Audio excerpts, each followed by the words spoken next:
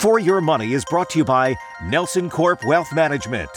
It's now time for Your Money. We're joined by David Nelson, CEO of NelsonCorp Wealth Management. Welcome back, David. Thanks, Brandy. Appreciate it. So, David, a lot of investors have questions about how much they should own internationally versus staying invested in the U.S. How do you think about that balance? Yeah, it's a great question and one we hear all the time.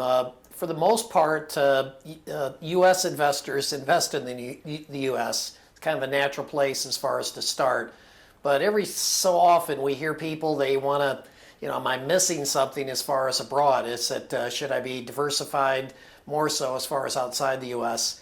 So I brought along a chart today that will illustrate, I think, really important points that people need to remember.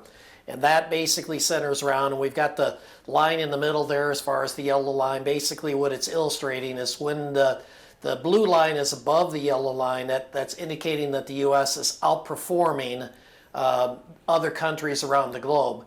We're in a very unique situation right now where when we look at it, it's below, the line is below, which basically translates into that the markets around the globe are outperforming as far as the U.S. Pretty rare as far as to find. As we speak, it's about an 8% difference as far as between the two, as far as above versus below. But what's interesting is historically the U.S., the S&P 500 has outperformed international markets on an annual basis by about 8%. Okay, so should investors be rethinking how much they have invested overseas?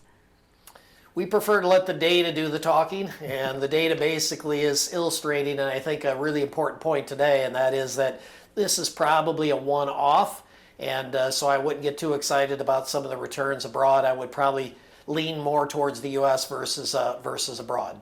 All right, David, thanks for your insight today. Thank you.